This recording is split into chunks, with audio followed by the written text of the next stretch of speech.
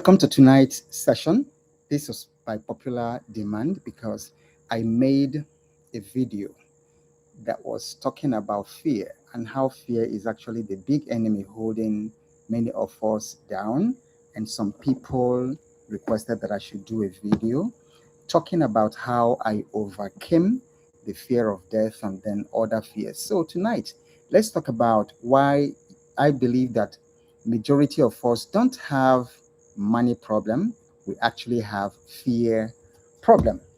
I remember the first time that I proposed to a girl. Um, I rehearsed everything I was going to say. I spent time in the mirror practicing my smiles, practicing my opening lines, and all that. Everything was perfect. I was good until the girl now walked into the place that we had um, plans to meet so I could propose to her. The moment this girl entered and I saw her, everything I rehearsed went, all my script, all my opening hooks and the things I was going to tell this girl, all those things ran away. And then I started using different kinds of tenses, I just, it was a mess. That proposal was a mess. And then that's actually what fear is, a metaphor for what fear uh, did to my life and what fear does to lots of people. So fear has cost me a lot, a lot. But the worst was that fear made me small. So at 60 years, looking back, I'm sort of mortified at how much I could have been, how much I could have attempted, how much I would have done were it not for fear. Fear delimited me, fear put boundaries around me. And so I could have done much more, I could have earned much more than I do. And I did, and I could have had a more pleasant life. But fear was the toxin that kept my life very, very small. And the question I want you to bear in mind as we progress into tonight's conversation is, what would you do right now if you were unafraid? For those of you who are still young, in your 20s, in your 30s, congratulations, for being in tonight's session, because I'm going to save you more than 30 years or 40 years of just, laboring under fear and becoming small under fear. So, what is fear costing you? Just like fear made me a human rabbit, I don't want it to happen to you. And for those of you over 50 and those of you in your 60s, let's feel very welcome to have this conversation today. And I would like you to go to the comment section and let me know what you expect me to, how to help you in the area of the fears that you are having. You can ask your question. And please, if you haven't subscribed to this channel, take a moment and do that right now so that you'll be able to comment, and then you will always know when I am live. So in my case, fear made me think small. It made me dare really, really small. It made me attempt small. It made me expect small, and it made me avoid uncertainty. But looking back over the years, it's actually people who took risks that eventually are doing very well today in their 50s, 60s, and beyond. So, but the good news is that you can conquer fear, because when I conquered fear, everything changed. I had to conquer the fear of death. I had to conquer the fear of lack. I have to conquer the fear of what people would say about me, fear of people's opinions. I had to conquer the fear of success, because there was a time I imagined, oh my goodness, I've seen the evidence of the destructiveness of human envy and jealousy, the extent that people could go to hurt you if you raise your head above water. So I was afraid at some point of succeeding, of coming out of the pack, of being very, very different in my generation, because I thought, like we say in Africa, if I did well, if I succeeded, the village people would come against me. But looking back, that's that's not very that's nothing to worry about at all. It is fear. It's just simple fear trying to keep you small. It's just like someone said that fear meant false evidence appearing real.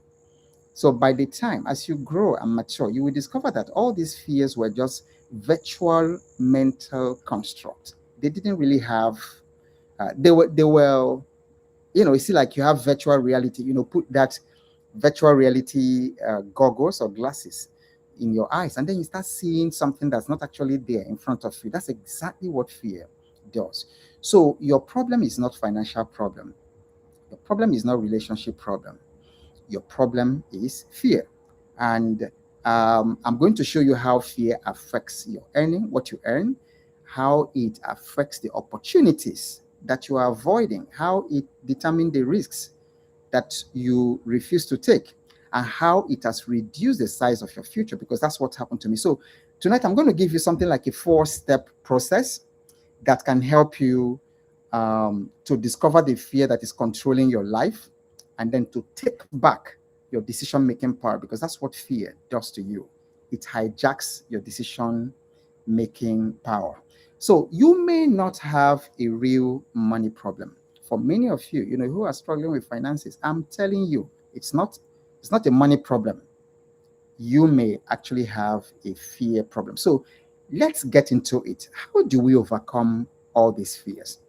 First thing is that you've actually got to name your fear. So F stands for find the fear beneath the fear, because the power of fear over you, it's in its amorphous nature.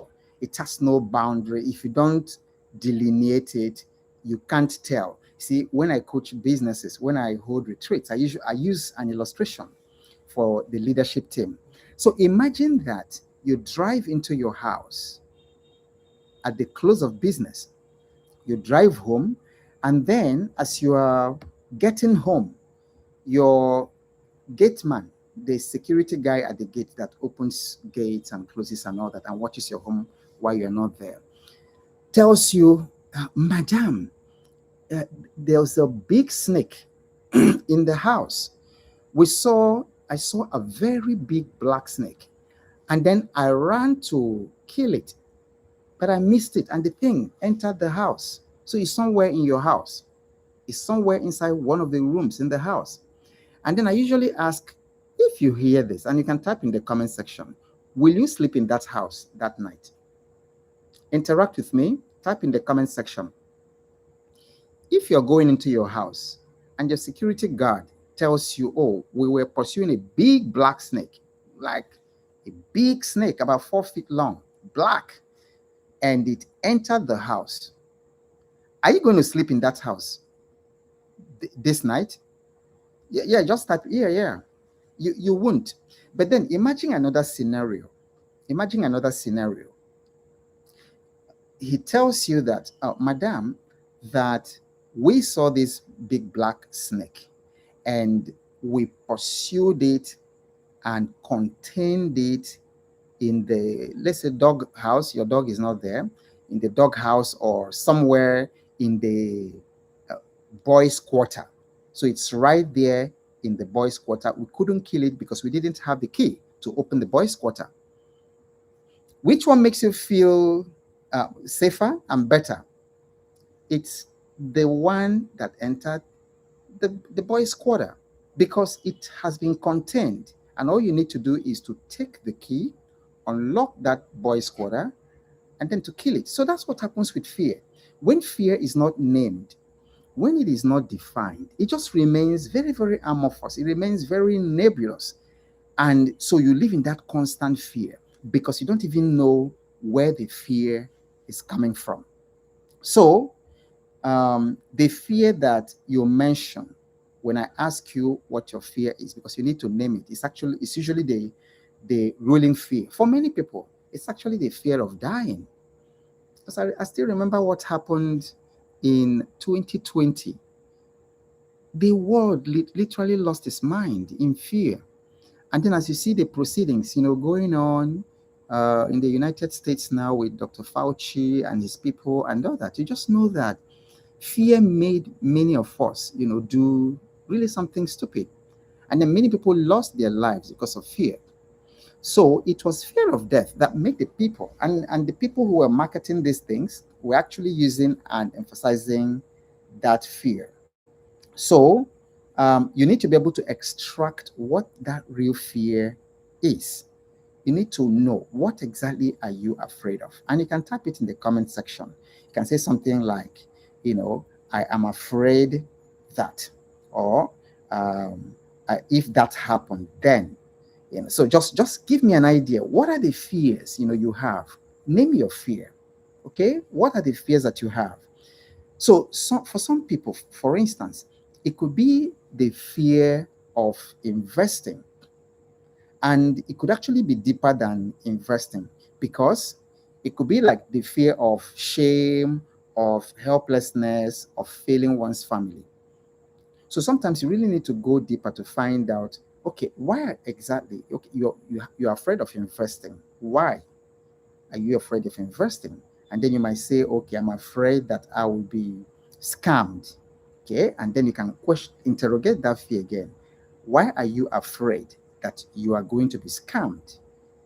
You are afraid that you're going to be scammed because you don't know. You are not financially literate. You are not educated in the domain of investing.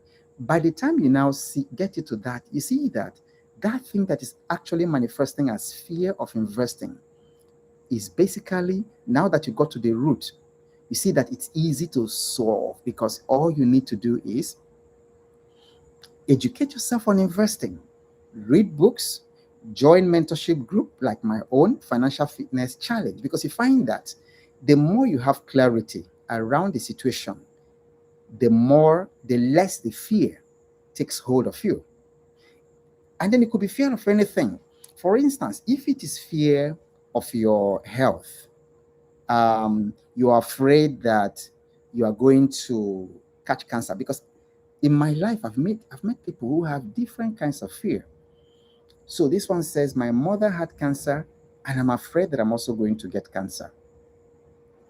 Okay, so you can interrogate that fear as well. Why are you afraid that you're going to get cancer?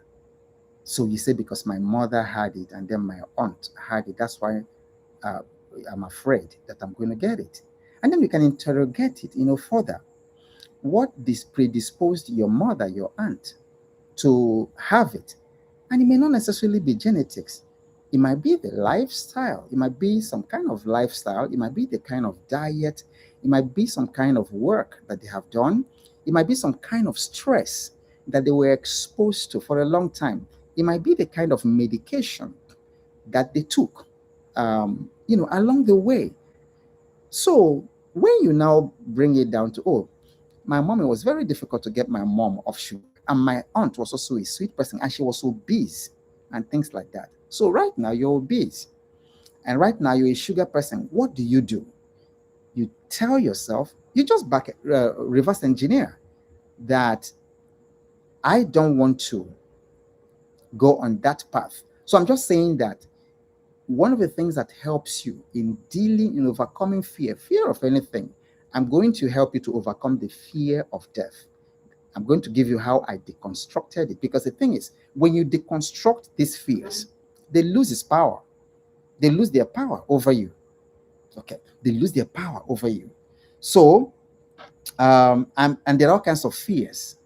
Fear of starting a business. A lot of people I found that so many professionals have the fear of leaving their jobs. Fear of leaving their job. So I had a friend. She was so, her dream in life was to work with the United Nations, one of the United Nations organizations. This lady applied, kept applying. She had gone for master's programs, different master's programs and things like that. They kept applying. She kept up, at least the time I saw her, she'd applied. That was many years ago. That was in the 90s. By the time I saw her the last time, she had applied for the third year consecutively, third year, and they refused her. And do you know why? Because for all her work life, she had taught. I don't remember what she was teaching in the school, one something education like that. She was teaching in secondary school. So all her career path have been teaching in that school. And then what she was applying for in UNDP, that wasn't, it didn't match the experience that they were looking for. But then why I tell the story is that when I finished my National Youth Service and wanted to get a job, for 2 years, I didn't get a job. I applied everywhere, in Victoria Island, in Lagos, Ikoyi, different places. I applied, banks, everywhere, and I couldn't get a job for about 2 years after graduation. And one day, somebody said, you know what? The Lagos State government is looking for teachers to teach mathematics, English, or something, biology, in one school in a very remote place at that time called Ibeju. At that time, in the 1980s and 1990s, Ibeju, that's around the place, for those of you non-Nigerians, where Dangote has his refinery. Those places were very, very remote, extremely remote, very, very swampy. And then we didn't have the roads that we had today. Like in the 1980s, if you're here and then you know that area, like you can confirm what I'm saying. So I was so desperate. I was staying at Obani Koro at the time by Ikorodu Road. So the journey to that place, in fact, it meant I had to go and live there. There was no electricity in most of those places at the time. No electricity, no roads, no water, nothing. So I was literally going to be thrown back into like 500 BC civilization. But I was desperate and I needed a job. So what did I do? I accepted. And can you imagine? It wasn't difficult. They told me on Thursday, and then by Monday, I got a letter or something to start. Now, this lady told me this story I just told you on a Sunday evening. Before that Monday, and all she was telling me is, Ogbo, please do not start this teaching job. If it is not what you want to do for the rest of your life, she said, I'm begging you, do not start it. She was much older than me. She said, do not start this job. So I asked her, Auntie Kate, why? She said, because I said, I just wanted to go teach for a couple of months and then raise some money and then start some side hustle or something. And then she said, don't start if you don't want to teach like forever in the secondary school. That what she heard me say was exactly what she said. She was going to just work for 6 months, 9 months, and then she will pursue her career in United Nations Development Program, UNESCO, and all those places. And she said, 12 years later, I am still teaching in that secondary school. And she said, I can't even get the opportunity again because I'm older now. They were looking for younger people and then people who had experience in that particular area. But all her experience, everything on her CV was that she taught or teaching. I don't remember what she was teaching in that secondary school. So there are people, who have that fear of leaving a job which they really want to leave, a job which is actually hurting them. They go to that job angry. They leave work, come back home angry every single day. And then they take that anger on their family, their spouse. They take it out on them every single day. And then you are having health situations. I had a friend who was working in a particular bank. At only 34, 35, he was already on high blood pressure medication every day. He told me he was on like 10 milligram Novask. As at that time, This guy one day he just couldn't take it. He left, he quit. And as at the time he was telling me this story, he had been out of that bank for about 2 or 3 years. He said to me, I have never taken a tablet of Novask since I left. So, but there are people who are afraid to leave their job because, like, if I leave, what's going to happen to my family? How are we going to eat the next day? So, those fears are there. And then finally, on that one, my own story. When I had to leave Shell, people thought I was crazy. I knew it was a terrifying experience, just leaving the comfort of that job. But I was like, look, I was the kind of person, I wasn't the kind of person to remain in one place and then one situation, whatever, for the rest of my life. I wasn't looking to work there and retire. Every day I'll go to work is the same people in the same team, the same floor, 11th floor, Marina, 21, 22 Marina, where where my office was, Shell in those days. And, but I did an exercise that helped me overcome that fear. I asked myself, I was in Holland, when I did that exercise, I was doing a project, for Shell International Office in Holland. And then I asked myself, listen, if I stayed in this company for the next 10 years versus I quit right now, what were going to be the pros and cons? If I leave now, what were going to be the pros and cons? If I stay in the next 10 years, what were going to be the pros and cons? I wrote things down. By the time I compared both sides, I saw that staying in Shell for 10 years was risky.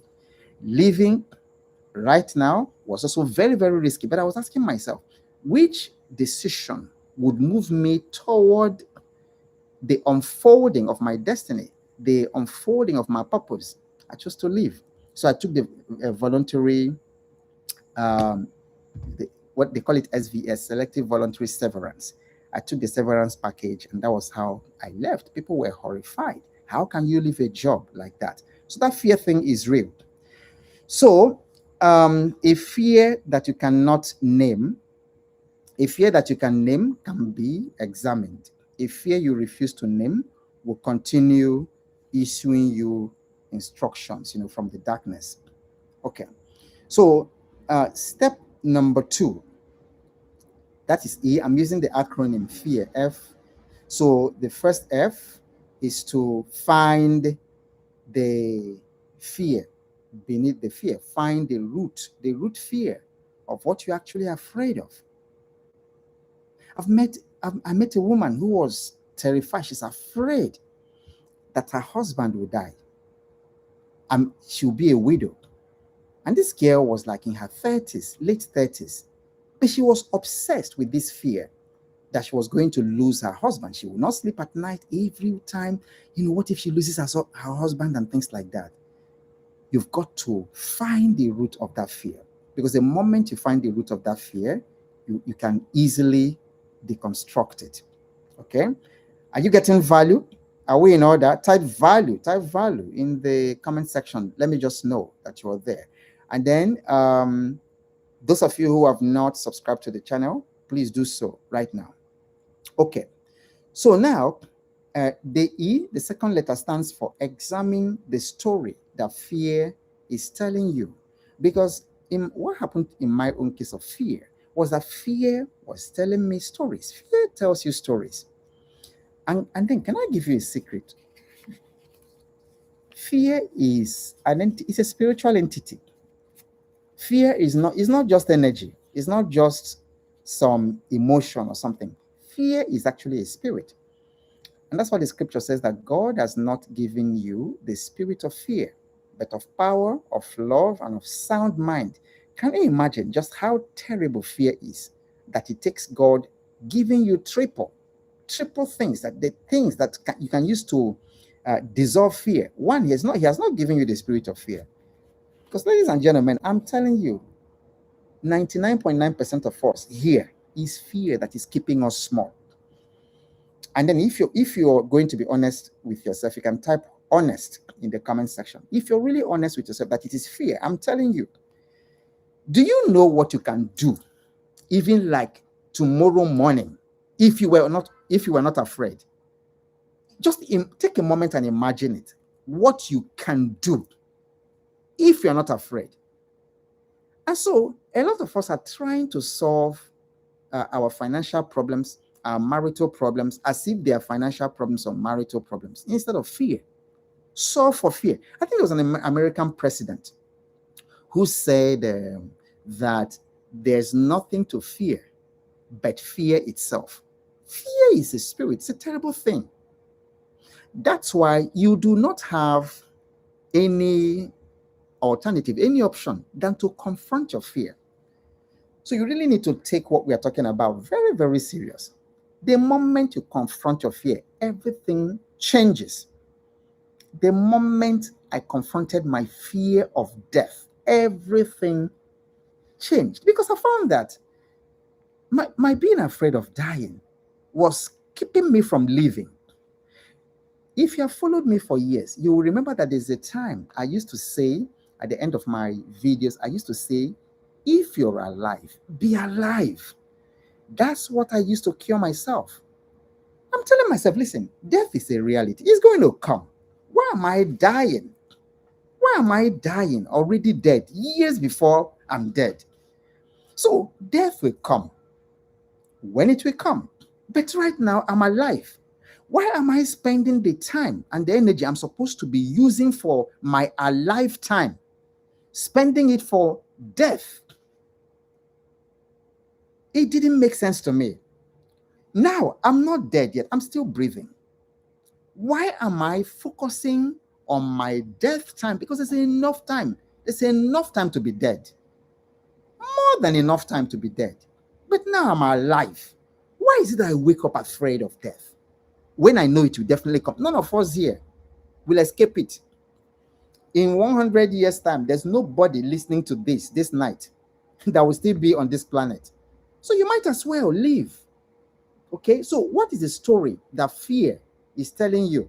That's the second E, the second letter E. Examine the story that fear is telling you. So every fear tells you a story about the future. I told you about the woman who the fear is telling her your husband is going to die, your husband is going to die. And there was nothing wrong with the husband. And the man was very prosperous, doing well, with a very good job, but she's terrified. And then there may be somebody here who also have the same kind of fear. You're just afraid that your husband will die. For some women, is that their child will die, that their first son will die. You know, there's somebody who had, having son is a big deal, in many parts of Africa. So this woman had like 6 girls. Someone I know very well. It's like 5 or 6 girls. She kept on getting girls, and then by after the 6th girl, she still decided to go again. She finally got a boy. Every day, this boy, he might die. If I'm once I mention something that relates to you, because it's a very safe space, just type "that's me," or if you know somebody, when I mention these fears, just type "I know the person," "I know somebody," or you say "that's me." She was so every time ruled by fear, to the point that this child, in the night, if he stares, she woke up, was always looking at her son, that he might die. Any slight fever that she may have overlooked in the other 6 girls, children, she will overlook it. But on this boy, she will just go crazy. Fear. Okay? And so there may be other stories that fear is telling your head. It might be telling you, you will lose everything. The fear might tell you, nobody will buy if you make this product. Or fear will be telling you, maybe you're ill, and fear will be telling you, you will never recover. I remembered 2nd December 2007, my birthday. How old was I in 2007? 2007, like 28 years. I don't remember again. I don't remember. Okay, you can do the math and tell me. So, no, not 2007. No, not 2007. Is 1987. This thing can be so confusing. You know, when you start getting old. It was 19. It was 1987. Yes, and I was 22. I went to the bathroom. I just felt the urge, to ease myself, to do the number two. I sat down in that toilet bowl. No sickness, nothing. And then all of a sudden, I just, when I saw the blood came out, covered everywhere. And then as soon as I saw that blood, there's this fear started telling me a story. He said, you are going to die on your 22nd birthday. You will never see beyond today. By the end of today, you will die. That's why you are seeing blood in your stool. And it had never happened to me all my life. Never. And I was not ill, nothing. It just came. And fear started telling me that story.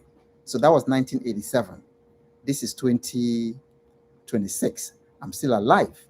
So you see, fear can lie. Fear can lie. It can tell you. So what kind of stories? Tell me in the comment section right now. What kind of story does fear tell you? What kind of story does fear tell you?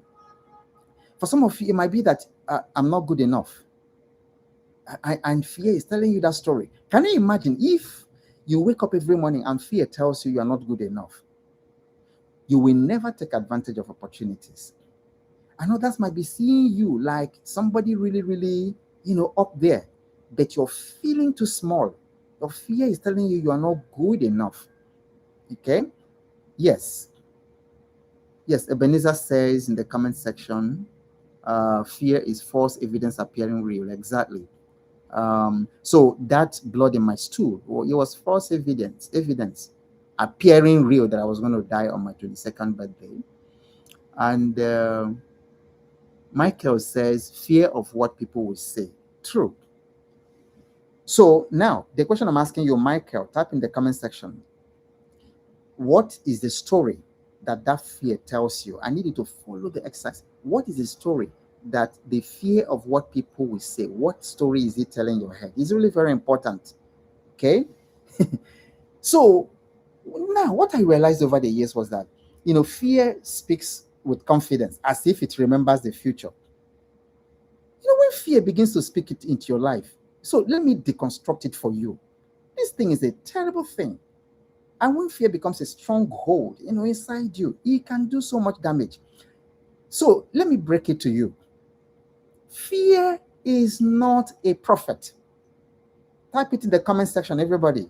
Fear is not a prophet. It doesn't remember, it doesn't know anything about your future. The trick that fear, remember I told you it's a spirit.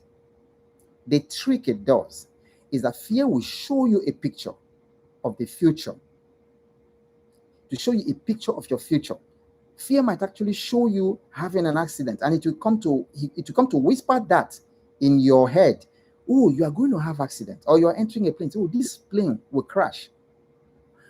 Or your wife is going to have a baby, and you're saying, oh, this baby might die. Your wife might die. Fear in the process of childbearing. So fear will paint that picture.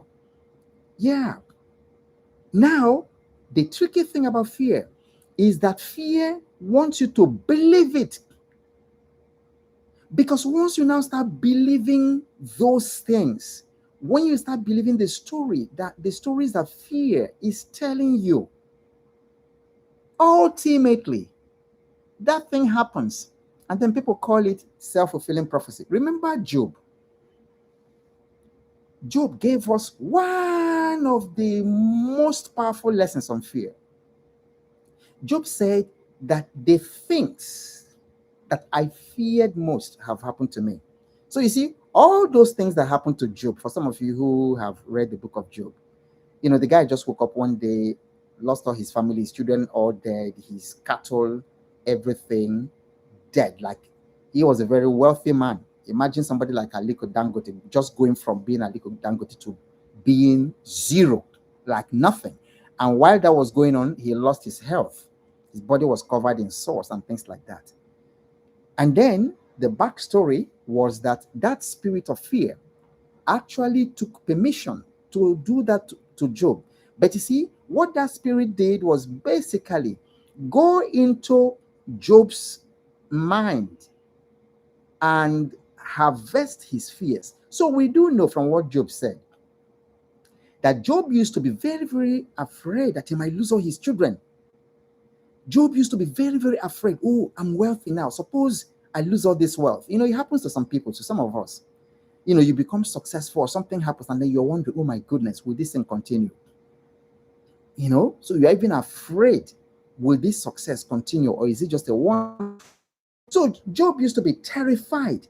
Suppose, you know, all these cattle, all these sheep, suppose I lose my children, which was why every day he rushed to make sacrifices to atone in case they had sinned. When all those things happened, the guy said, the things I feared most have happened to me.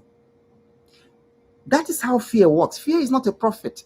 Fear is a false prophet. And then many of these, your African prophets in your churches and different places, they also operate the same way. You know, they're always using fear. It's terrible. And then if you are the so-called prophet or pastor that does, please stop it. It's manipulative. It's manipulation. You build a church on fear. Everybody that comes, the only message is enemy, enemy, enemy. Somebody is after you. Then your prophecy is that, oh, there's your friend, you know, who is against you, or there is your uncle in the village, you know, who went to a native doctor to do medicine against you. They went to tie your future. They went to, and then that's what you're using to manipulate them. Fear, and then all those things, they mean nothing. I have no idea how many times people have, I don't know what they call it, like a hex. I have no idea how many times people have gone, carried my picture, taken my picture to places. Absolutely nonsense. But the thing is, if you begin to fear those things, like there are so many of you, you know, from Africa, and even those of you living abroad, who are so terrified, you know, when it comes to African witchcraft. You're so terrified about the powers of the so-called powers of these witches and wizards. So terrified. You stay awake all night, every midnight, fighting witches and wizards. It's fear. It's fear. And you know how to get rid of that one. The scripture tells us that a curse, causeless, will not rest. Do you know what that means? If there is no cause for any witch or wizard or anybody taking your name anyway, if there is no cause, if you've not given them that leeway, if you've not placed yourself in a position where that can happen to you, then they can get you. You know, Jesus was with his disciples, you know, one day they were just cruising, moving around. And then he looked in the spirit and saw that spirit of fear and saw the devil, you know, coming. And he just said to them, he looks to see, I see Satan coming, but he has nothing in me. So, dear African friends and all these people who fear witches and wizards, if they don't have anything in you, they can't get you. Like they say in Pidgin English, who born that witch or wizard that will get me? For where? On which, from which angle? On what basis? Okay, so, but I know of, you know, people who do horrible things. People who do horrible things. They violate women. So that thing is in your soul. You violate women. You violate children. You know, because of the algorithm, I don't want to say, but I'm sure you know what I'm talking about. You forcefully violate women. You forcefully violate children. That is one way for those curses to get you. And so get rid of what belongs. So if you're afraid of witches and wizards, get rid of the things that belong to them. If you have the darkness in you, and then if whatever you have done has not been atoned for by the blood of Christ, they're going to get you. You have reason to be afraid. But for me, who burned them? You understand what I'm saying? So because I'm telling you now, I'm deconstructing how I overcame fear. So all these witches, wizards, and all, you know, somebody came to me. I was after a television program, and then he said, "Ogbo, do you do midnight prayer?" I said, "What is that one?" She said, that there are demons, who fly between 12 midnight and 2 a.m. That is when the kingdom of darkness, that's when they are very, very active. So you have to stay awake between 12 and 2 to pray about that. Absolute nonsense. I don't know where people manufacture all those things from, because it's not in scripture. This African traditional religion, this thing I just told you, is not in scripture. I said, no. I don't do your so-called. I might pray. I might be woken to pray at any time in the night or day. It's happened. I was in Ghana a couple of years ago. I was alone in that hotel, and then around a quarter past 1 in the morning, a physical hand. I don't tell many of these things so that it doesn't look like I'm building a doctor. A physical hand hit me, and then I woke up, and then I heard that voice in my heart, pray. But I said, midnight prayer because of demons. So I said, if the God I'm serving, who I'm told he neither sleeps nor slumbers, if the God I follow is not able to take care of me when I'm sleeping, when he has made me as a man, that's the time he said I should sleep. And then how wicked the devil. Do you know that for those of you who know biology, and some of you medical people here, do you know that it's between 12 and 2 a.m. and maybe some bit of 3 a.m. That is when your body regenerates itself. There's something they call that particular time in our circadian rhythm. That's actually when the body needs to sleep well. And, stem cells are activated, body parts, cells are replaced and rejuvenated and all that. And that is the time the devil makes many of you to stay awake, praying praying between midnight and 2 every day. So it doesn't make sense. And as you can tell, I'm not afraid of people's opinions, and I'm not afraid of being different from the whatever, because many people will hear what I just told you, and the thing, will just sort of scatter their head. It won't make sense to them. But the truth, but that's why I've conquered the fear. So because the fear of witches and wizards is real in Africa. Terrible fear. Terrible fear. If there weren't witches and wizards, you won't find 85% of people, Africans who go to church, you won't find them in church. If there weren't witches and wizards, everybody is going there because there's an enemy. There's a witch, there's a wizard, there's somebody there. That is fear, and it's ruining your life and you don't know it. Fear of any type is of the devil. Fear of any type is not, fear of God is different. It's just talking about the reverence that you have for God. So that's not the fear I'm talking about, okay? So fear speaks as if it knows the future. It doesn't know the future. So if you don't remember anything, remember that fear is a false prophet. So when fear comes to prophesy to your head about your future, reject it immediately. Reject it. One of the most important things to know about fear in dealing with it is that it's a spirit. It means you also have to speak back to it, because words are spirit. You don't see them, but words are spirit. So you have to counter them. I'm going to give you certain things that you can say when those things come.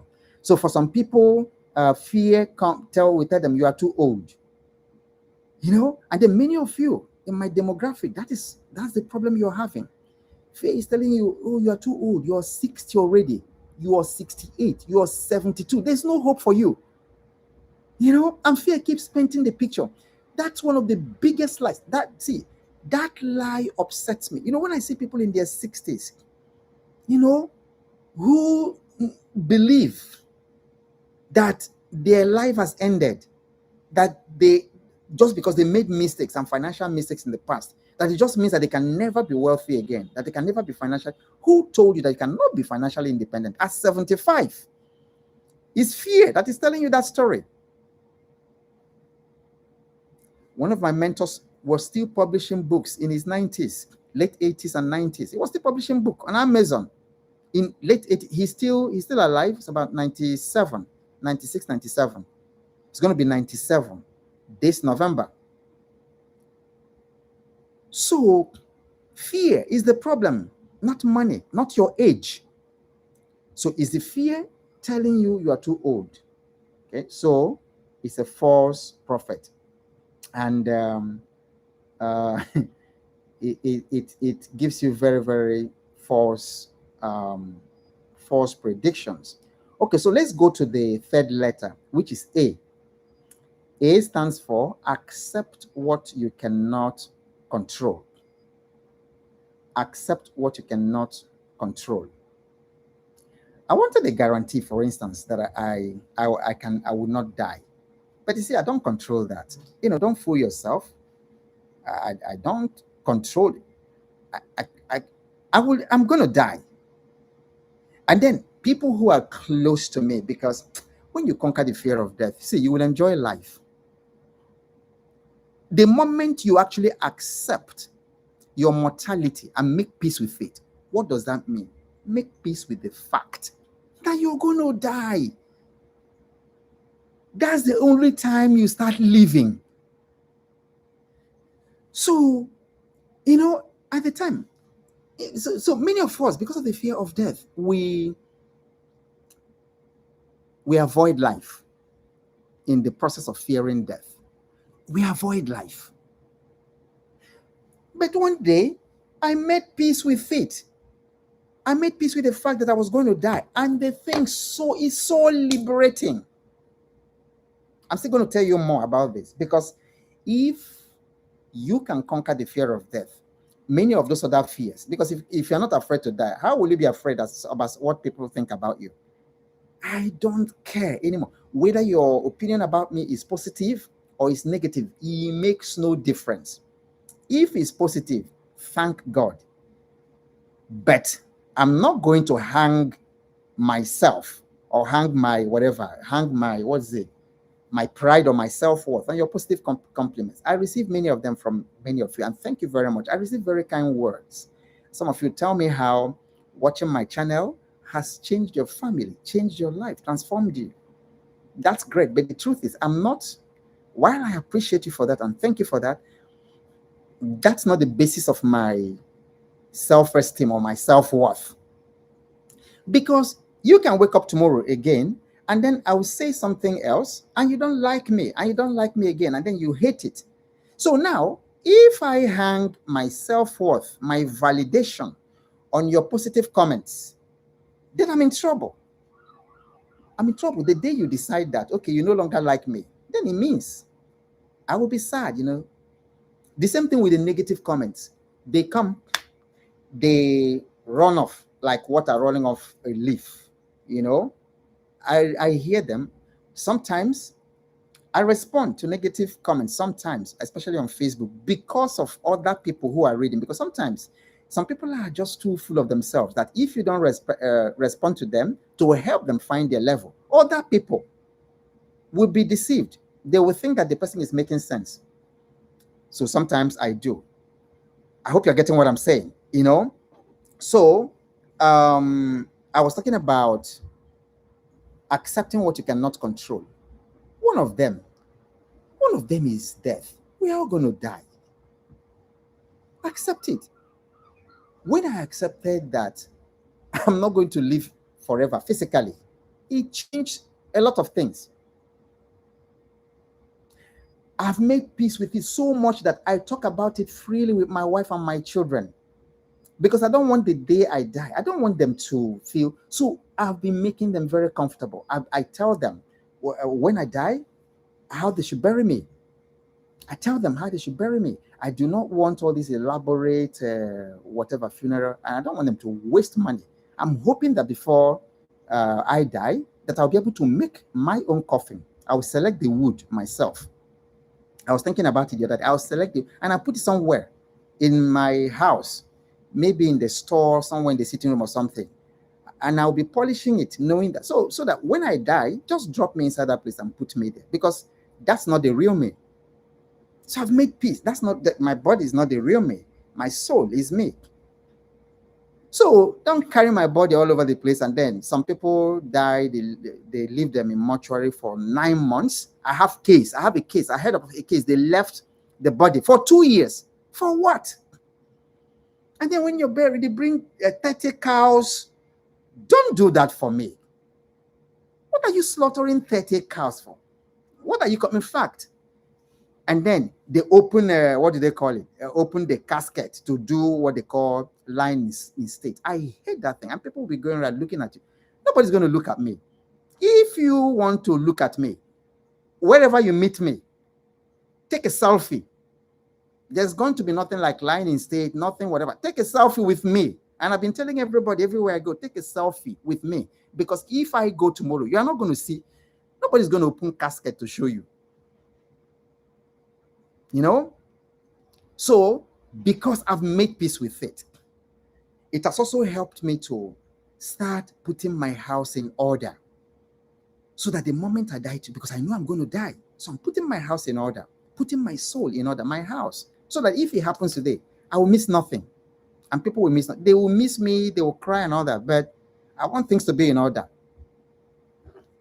What are you afraid of? That you can't control, you're going to die. So make peace with it and live life to the fullest. Okay? Because you see, like I eat well, I exercise well, and then I'm going to start my annual medicals again outside the country. I pray, I make wise decisions. But that's not a certificate of guarantee that I'm not going to die. No, that's not. So one day I will die, and so will everyone listening to me. So refusing to discuss death does not cancel it.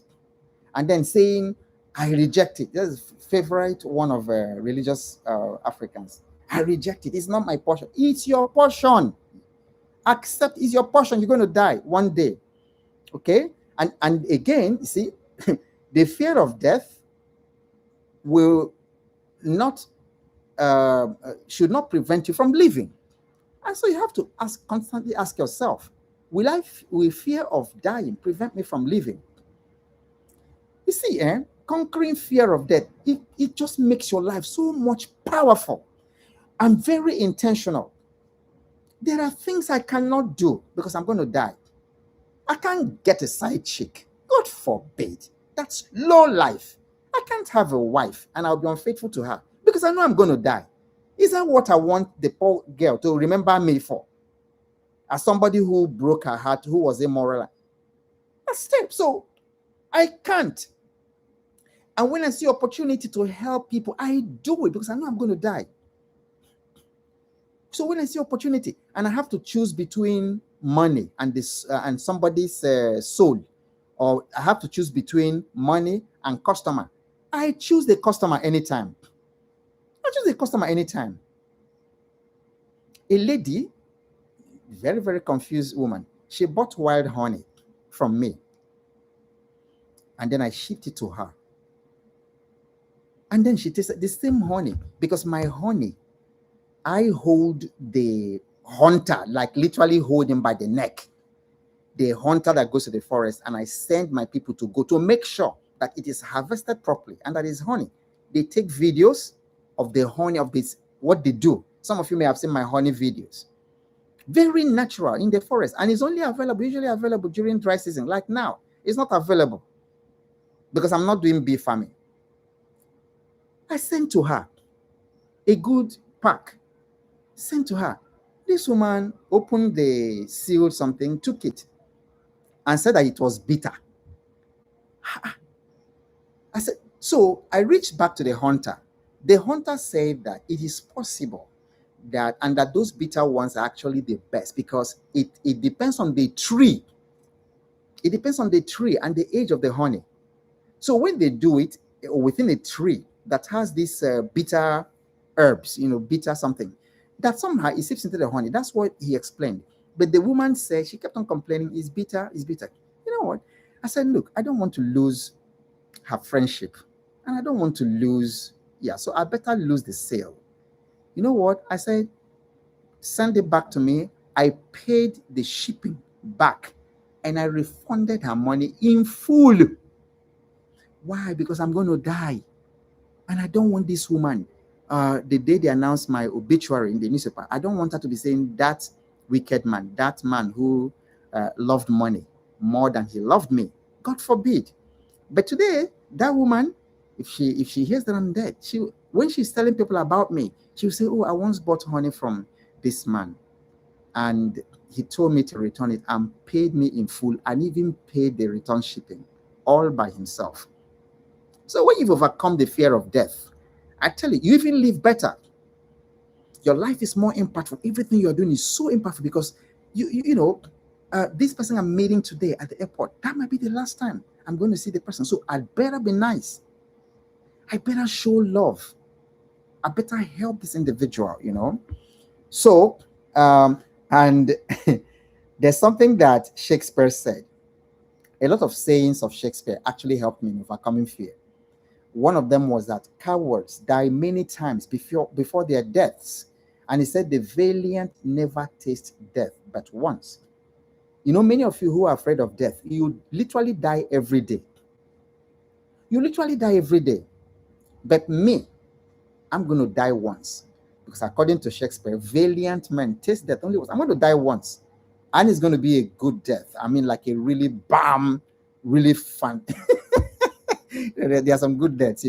So, but when you're afraid of death, you continue to experience many deaths before the time. And then every worthy opportunity avoided was a small death. I hope you know that. Every opportunity you avoid. I have my friend who hates to fly. I had another woman who hated to fly. The son passed the best secondary school in this country. They live in Lagos. But because of her fear of flying, not even that they couldn't afford it, the fear of flying from Lagos to Abuja, this woman changed the destiny of this child, put him in a school. The poor boy was not afraid of flying. It's the mother. But the mother now passed on that fear on the child. And, who knows how the child's life would have been different if he actually went to that school, which thousands of people apply. Only very few are taken. But because of her fear, so that was small death. Every dream that reduced for safety was a small death. And then another thing that Shakespeare said, I read this while I was in Shell, around 1998, 1999. I was listening to a BBC. BBC used to hold a program in those days. I don't know if it was FM or short radio. And so there used to be this time, of little meditation, lasted for like 5 minutes or something, or even 3 minutes, but it was powerful. So this particular day, I just heard the voice, of this presenter booming over the radio. And he said that our doubts are traitors and make us lose the good we oft might win by fearing to attempt. I memorized it. I've never forgotten. I've used it every single day. When doubt is coming, I want to do something. I want to travel for something. And doubt comes. I use it. I remember. Doubts are traitors, Shakespeare said. They make us lose the good we oft might win by fearing to attempt. Okay? So, your doubt makes you to fail long before you attempt. And many times you've lost because you've not even attempted. I've met people they are in their 60s. They do not have one single stock investment in their 60s. And then they tell me, that I was afraid, stock market crash and things like that. And then because of it, I had my doubts and I didn't invest. 30 years later, 20-something years later, are you the better for it? Okay, so what might have happened if you did? Then another quote that helped me in this journey of overcoming my fears was from Helen Keller. Please, if you don't know the story of Helen Keller, born blind, dumb, deaf, but rose to be one of the most phenomenal women in the world, Helen Keller. Please type it and read about her. Very, very inspiring. So this woman, deaf, dumb, blind woman, said, life is either a daring adventure or it becomes smaller and smaller. He said, life is either a daring adventure or nothing. And then she says something about that there is no safety, that safety is an illusion, it doesn't exist. So you can type Helen Keller quotes. That's one of our most powerful quotes. Okay.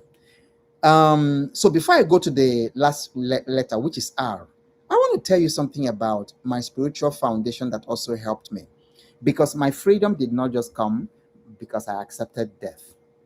My faith also changed what death means, because my faith, my spiritual foundation, is that there's afterlife. This body, in fact, Solomon said in Ecclesiastes, when you die, your spirit goes to God who made it, the breath he gave you, and then your body returns to dust. That's the one people do funeral for. Dust. You're there telling somebody, may his soul rest in peace. If your soul didn't rest in peace when you are alive, it's not when you die that the thing. And some people even call it gentle soul. You see a man who was actually a criminal, and then he died. Your soul doesn't become gentle all of a sudden and starts resting in peace when it wasn't gentle when you were alive.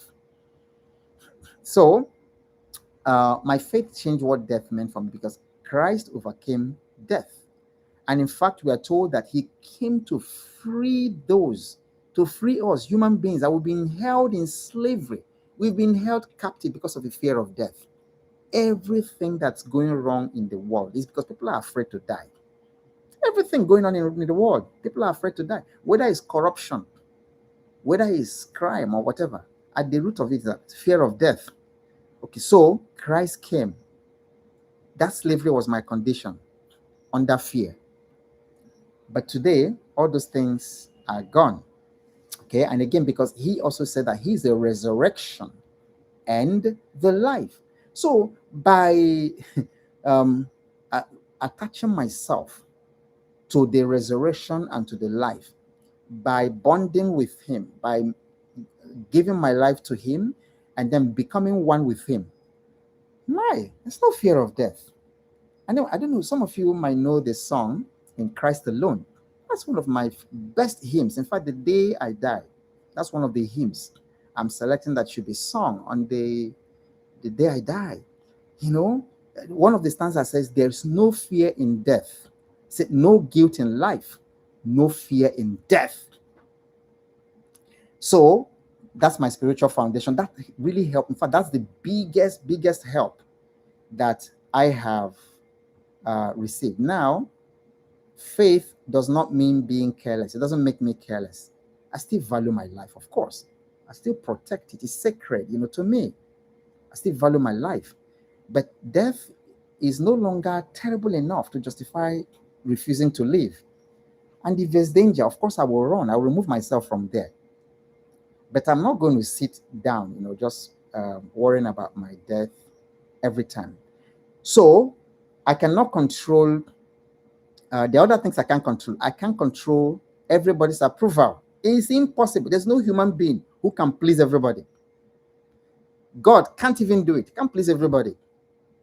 So you're trying to force yourself to please everybody is a recipe for mental illness. It's a mental health problem. And that's why you find people on social media, they're doing everything to please everybody. Young women are doing all kinds of things, dance, doing all kinds of things and exposures of their bodies just to please everybody. Even at that, you can't please everybody. Of course, you're not pleasing me with that. So I can't control whether everybody approves. In the stock market, I can't even control market movement. In the Financial Fitness Challenge and then in my YouTube videos, I can give you recommendations and still, of course, encourage you to do your own personal research. But I can't control the market movement. I can't control the market movement at all. My battery is, just give me a second. Let me connect. See what it takes to bring this to you every day. Sometimes I have to run my diesel generator, to buy diesel and run it because of electricity situation. But I'm happy to be able to do this for you. I want to do it before I die so that it will be there, bless somebody. So I can't control the market movement, the stock market movement. No, I can't. I cannot control every business outcome. I cannot control how long I live. I cannot control everything that may happen tomorrow. I can't control the government. I can't control the international. I can't control anything international. Donald Trump and Iran. I can't control what's going on in Iran. In Iran, that's why I don't waste my time on things I cannot control. Some of you are glued every day on the television, watching the bombs and watching Israel, US, Iran, and then reading all those. I do not have time for that. And then this other one's happening in South Africa. I can't control it. So why some of you were there busy every day? Oh, xenophobia. They did this to Ghana. They did this. I can't control that. So it's enough to know that it is happening and then to pray for my loved ones and family who are there. But to stay, to waste 1 hour watching things I can't control, that's not a good use of my time. But what can I control? I can control my preparation. I can control my preparation for death. I can control my integrity. That one is in my hand. I can decide that I'm not going to do this. I can decide this is a kind of person that I want to be, a person of integrity. I can control my own spending. I can control my skills. I can't control the market. I can't control every business outcome, but I can control my skills. I can ask myself, if I'm 60, like I am, and then I'm asking myself, okay, what can I do? What skill can I learn? Like I had to learn the skill, this one I'm doing now, of live streaming. I didn't have it. I'm 60, I learned it, and here I am, speaking to you. So I can control that. I can learn a new language, I can learn a new skill, I can learn to play the piano or the guitar. I can control my own effort, I can control my boundaries, I can control my next action, I can control my attitudes. So you focus on those things that you can control. Stop exhausting yourself trying to control that first list of things that you can't control. Stop, invest your strength in the things you can control. This is a very powerful thing. This is a very powerful way to confront your fear. Okay, so the last R is respond with measured courage. Measured courage. Okay, because understanding fear is not enough. Talking about fear like we are doing is not enough. Praying about fear without acting is not enough. You can complete every exercise and still obey fear tomorrow. So it's not enough just talking about it. Freedom grows when you repeatedly disobey fear through calculated action, wise action. Because what I also discovered was that the best way to deal with fear, to confront fear, is through action. Is facing that fear head on. That's the best way to control it. There are some of you who are afraid of the dark. There was a time too, as a little child, I was afraid of the dark. Entering the dark places and all that. And then we didn't grow up with electricity in my village. And then to worsen it, they used to tell us all these folklore stories, under the moonlight. The children of this generation missed it. So I remember in those days, they would gather us, there's moon in my place, and then the elders would be telling us stories. And then they would tell us about the Mau Isinasa, the spirit with 7 heads, and all kinds of stories. And those things could be terrifying. They talk about Ojuju Calabar masquerades and things like that. So in a little child's mind, you start fearing the dark and all that. I was. But see, the only way to deal with the fear of the dark is to enter that dark room and then declare, I'm not afraid of the dark anymore. And then if you have light, turn on the light there. Okay? So that's measured courage, is the middle ground between paralysis and recklessness. So don't be reckless, but don't be allow yourself to be paralyzed by fear. So for instance, fear may say, never invest. You may lose everything.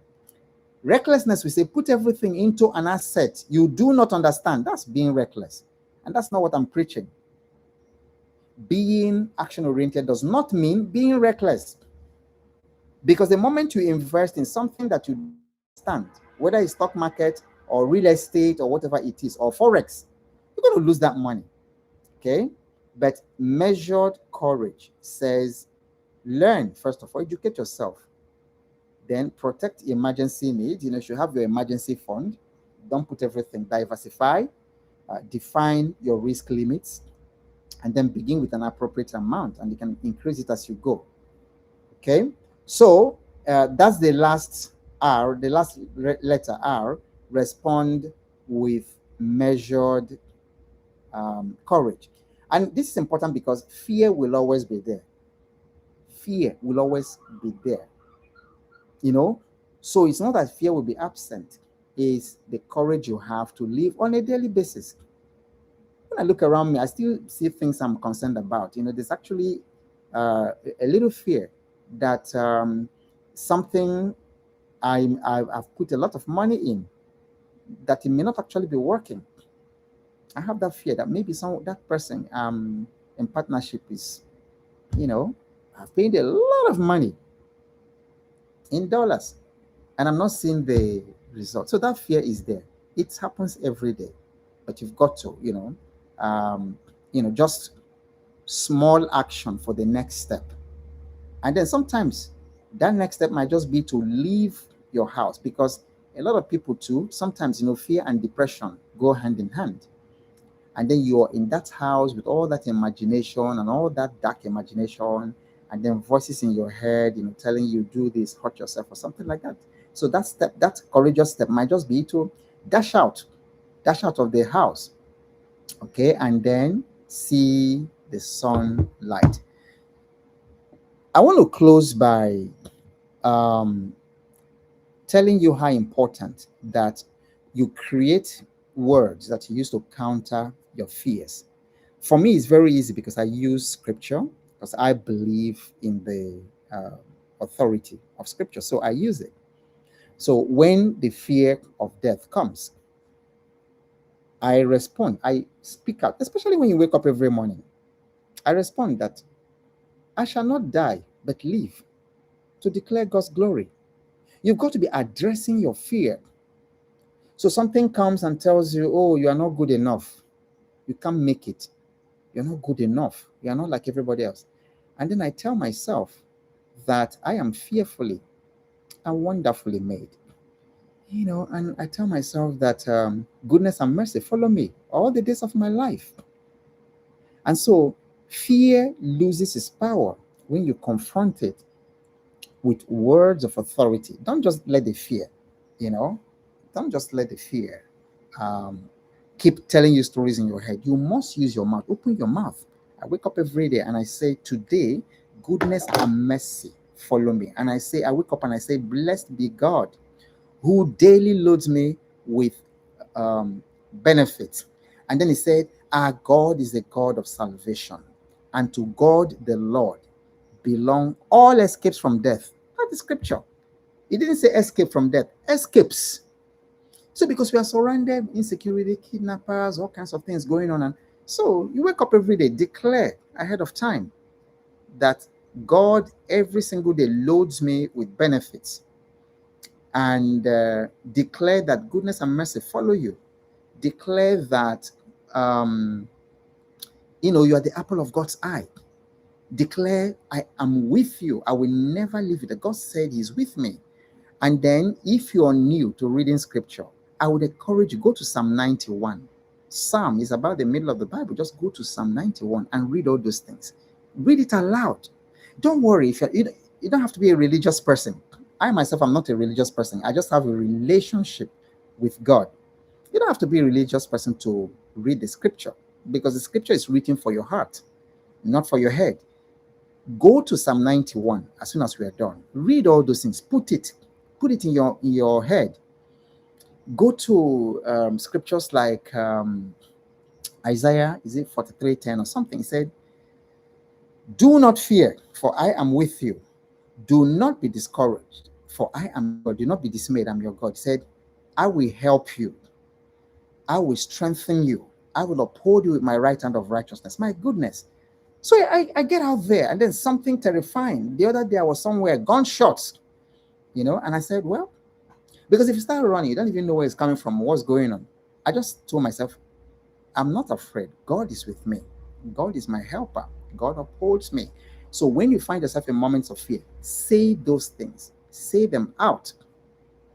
So, ladies and gentlemen, this is how I overcame fear, and this is how I overcome fear on a daily basis. So, I told you I was not going to hide anything from you. I'm going to give it the way it is. And I hope um, that after this session, you're looking at yourself very differently and that you're looking at fear very, very differently. So, I have a mentorship group called the Financial Fitness Challenge. If you are not already part of it, go to the description section of this video and then you will find how to click and enroll in the Financial Fitness Challenge. I meet with the team, with that group, every single month, first Saturday of every month, and you don't want to miss it. You can imagine what you're receiving for free. You don't want to miss it. We don't just talk about money. We talk about the whole person: financial fitness, physical fitness, spiritual fitness. So enroll today, join, go to the description section and then join. If you don't find the link, just go into the comment section and say, send me the link to join the Financial Fitness Challenge. Please share this with everybody. Share this with everybody you know. Once we share this video, make sure you really, really do share it. And then subscribe if you already haven't done that. When you subscribe, please hit that notification bell for all so that every time I come live, you will be notified. So thank you. And then you do have a very wonderful week, a couple of days ahead of you. And whatever happens, don't be afraid. Fear is false evidence appearing real. Fear is a false prophet. Fear does not determine your decisions and the direction of your life, should not determine the direction of your life. And keep showing up because you never know what's coming your way next. And I see you in the next life.